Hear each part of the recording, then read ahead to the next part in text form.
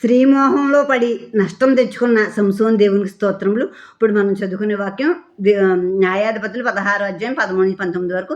అప్పుడు దెలీలా, ఇదివరకు నీవు నన్ను ఎగతాళి చేసి నాతో అబద్ధములాడితివి.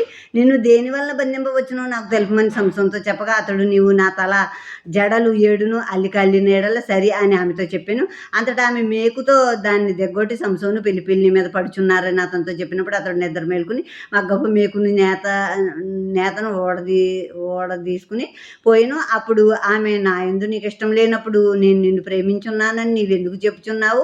ఇదివరకు నీవు ముమ్మారు నన్ను ఎగతాళి చేసి నీ గొప్ప బలం దేనిలో ఉన్నదో నాకు తెలిపపోతువని అతనితో నేను. ఆమె అనుదినము మాటల చేత అతన్ని బాధించి తొందరపెట్టుచున్నందున అతడు ప్రాణం విసిగి సావగోరెను. అప్పుడు అతడు తన అభిప్రాయం అంతయు ఆమెకు తెలియజేసి, నేను నా తల్లి గర్భం నుండి పుట్టినది మొదలుకుని దేవునికి నాజీరు చేయబడిన వాడినై ఉన్నాను. నా తల మీదకి మంగళకత్తి రాలేదు. నాకు క్షవరం చేసిన యెడల నా బలం నాలో నుండి తొలగిపోయి ఇతర మనుష్యుల వలె అవుదునని ఆమెతో అనెను. అతడు తన అభిప్రాయమును తనకు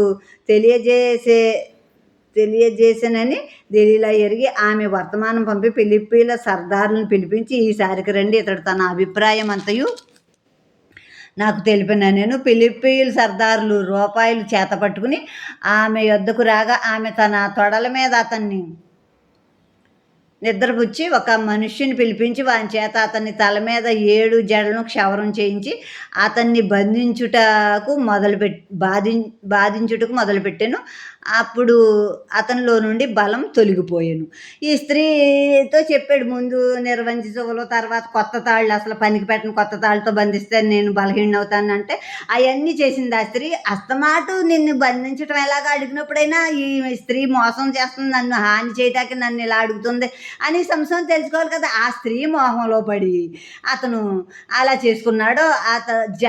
తన జుట్టు చిన్నప్పటి నుంచి క్షవరం చేయించగా అట్ల కింద కట్టేసింది. ఇప్పుడు 7 అట్ల కింద కట్టేసింది. ఆ 7 పాయలను అల్లితే నేను బలహీన అవుతానంటే అలా అల్లింది.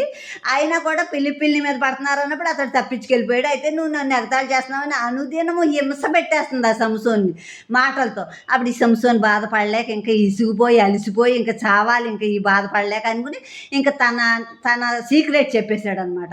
నా తల్లి గర్భం నుంచి నేను పుట్టింది మొదలు నా తల మీద క్షవరపు కత్తి వేయబడలేదు. నా తల మీద క్షవరం చేయించేస్తే, నా జుట్టు తీయించేస్తే నా బలం నన్ను తొలగిపోతుంది అని నిజం చెప్పేశాడు. ఇప్పుడు ఆ స్త్రీకి తెలిసింది నిజం చెప్పేశాడని తను తెలుసుకుని ఫిలిప్పీలు కబురు పంపింది. అతడు ఈసారి నిజం చెప్పాడు, ఈసారికి డబ్బులు పుచ్చుకుని రండి అంది. ఇప్పుడు డబ్బులు కమ్ముడు అయిపోయింది అనమాట సంసోన్ని అప్పగించడానికే.